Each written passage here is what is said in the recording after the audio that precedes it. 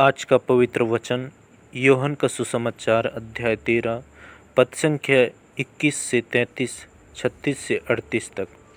यह कहते कहते ईसा का मन व्याकुल हो उठा और उन्होंने कहा, मैं तुम लोगों से यह कहता हूँ, तुम में से ही एक मुझे पकड़वा देगा। शिष्य एक दूसरे को देखते रहे, वे समझ नहीं पा रहे थे कि वे किसके विषय में कह रहे हैं। ईसा का एक शिष्य जिसे वे प्यार करते थे उनकी छाती के सामने लेटा हुआ था। सिमोन पेतरुस ने उससे इशारे से यह कहा, पूछो तो वे किसके विषय में कह रहे हैं। इसलिए वह ईसा की छाती पर झुककर उनसे बोला, प्रभु वह कौन है? ईसा ने उत्तर दिया, मैं जिसे रोटी का टुकड़ा थाली में डुबोकर दूंगा वही है। और उन्होंने रोटी डुबोकर सिमोन इस्करियोती के पुत्र यूदस को दी। यूदस ने उसे ले लिया और शैतान उसमें घुस गया। तब ईसा ने उससे कहा, तुम्हें जो करना है वह जल्द ही करो। भोजन करने वालों में कोई नहीं समझ पाया कि ईसा ने उससे यह क्यों कहा। यूदस के पास थैली थी, इसलिए कुछ लोग यह समझते थे कि ईसा ने उससे यह कहा होगा कि हमें पर्व के लिए जो कुछ चाहिए वह खरीदना या गरीबों को कुछ दान देना। टुकड़ा लेकर यूदस तुरंत बाहर चला गया। उस समय रात हो चली थी। यूदस के चले जाने के बाद ईसा ने कहा, अब मानव पुत्र महिमान्वित हुआ और उसके द्वारा ईश्वर की महिमा प्रकट हुई। यदि उसके द्वारा ईश्वर की महिमा प्रकट हुई तो ईश्वर भी उसे अपने यहाँ महिमान्वित करेगा और वह शीघ्र ही उसे महिमान्वित करेगा। बच्चों, मैं और थोड़ी ही समय तक तुम्हारे साथ हूँ। तुम मुझे ढूंढोगे और मैंने यहूदियों से जो कहा था अब तुमसे भी वही कहता हूँ।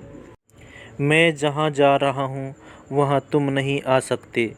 सिमोन पेतरुस ने उनसे कहा, प्रभु आप कहाँ जा रहे हैं? ईसा ने उसे उत्तर दिया, मैं जहाँ जा रहा हूँ वहाँ तुम इस समय मेरे पीछे नहीं आ सकते, तुम वहाँ बाद में आओगे। पेतरुस ने उससे कहा, प्रभु मैं इस समय आपके पीछे क्यों नहीं आ सकता? मैं आपके लिए अपने प्राण दे दूंगा। ईसा ने उत्तर दिया, तुम मेरे लिए अपने प्राण दोगे? मैं तुमसे यह कहता हूँ, मुर्गे के बांग देने से पहले ही तुम मुझे 3 बार अस्वीकार करोगे। ऐच्छिक विश्वासघात यूदस घात लगाकर बैठा हुआ था कि वह कैसे यीशु को पकड़वाए। फलतः जब उसे एहसास हुआ कि वह अपना नियंत्रण खो चुका था, बहुधा हमारे पाप करने की प्रवृत्ति ऐच्छिक होती है और यह जानते हुए भी कि यह गलत है, हम उन पापों में उलझ जाते हैं और पाप हमारे जीवन का। कृष्ण में मेरे प्रिय साथियों, आज का सुसमाचार में 2 प्रकार के असहनीय विश्वासघात को हमारे सामने प्रस्तुत करती है, जो हमारे पाप की भी प्रवर्तिक है। ऐच्छिक विश्वासघात। यूदस घात लगाकर बैठा हुआ था कि वह कैसे यीशु को पकड़वाए। फलतः जब उसे एहसास हुआ कि वह अपना नियंत्रण खो चुका था, बहुधा हमारे पाप करने की प्रवृत्ति ऐच्छिक होती है और यह जानते हुए भी कि यह गलत है कि हम उन पापों में उलझ जाते हैं और पाप हमारे जीवन का अभिन्न अंग बन जाता है। परिस्थितिक विश्वासघात। पेतरुस ने भी यीशु के साथ विश्वासघात किया। एक बाहरी दबाव या जाने अनजाने में जब एक व्यक्ति ऐसी गलती करता है, वह अपने पापों के लिए पश्चाताप करता है।